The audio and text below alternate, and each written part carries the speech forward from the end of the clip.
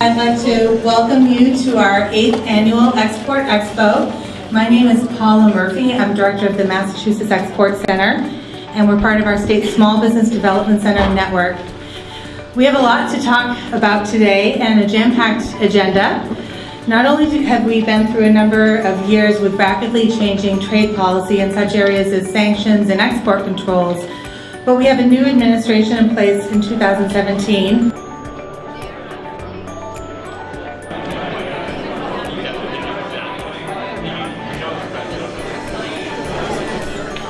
We are seeing some significant shifts in how the federal government is approaching trade policy across a number of areas, including trade agreements, including the impending NAFTA and KORUS renegotiations, tariff policy, sanctions, and much more.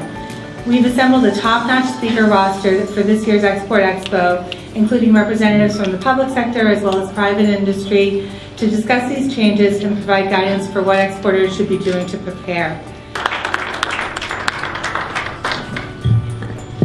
Thank you, Paula, for that very nice introduction, and thank you all for being here. I got just a few words about the Export Center. Any company that's even thinking of dipping their toe in the export environment would be crazy not to leverage this organization. What a trusted, knowledgeable resource the Massachusetts Export Center is. And speaking for the Department of Commerce, we're grateful to have Paula and her amazing team as partners in what we do. International trade is particularly important to the Massachusetts economy. In 2016, Massachusetts exported $25.9 billion of made in America goods to the world, which supported an estimated 112,000 jobs across the state. Your top country export markets are Canada at $3.1 billion in goods, followed by Mexico, $2.5 billion, and China, $2.2 billion in mass exports.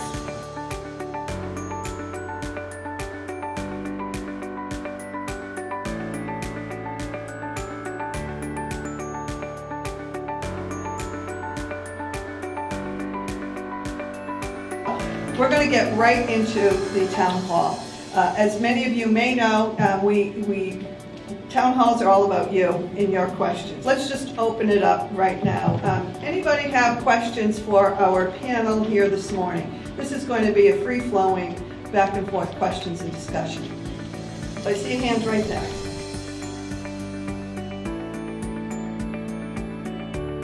In recent years, we've seen a lot of developments on the foreign policy front. We've also seen a big change in administration here. So from my point of view, there's really two key changes. One, we've had a lot more interest in actively using sanctions as a policy tool in probably the last year of the Obama administration and the first year so far of the Trump administration. We've also seen an increasing proliferation of lists that are not the standard list that people are used to checking, and additional compliance obligations on U.S. and non-U.S. parties that they have to go beyond simply list-based sanction screening. So I think those are the changes that I see from a macro perspective. Our priorities are to continue the good work begun under export control reform, which really means not loosening controls, but making them more user-friendly to our regulated community. We'll certainly continue doing that, but we'll also continue being very responsive to the national security threats facing us. Many of those are nations that we're familiar with, China, Iran, Russia, but there are also some other threats, most of which manifest themselves one way or the other through access to our technology. And so our job is to make sure that that technology stays in the right hands, helps grow our economy, but doesn't empower our adversary nations.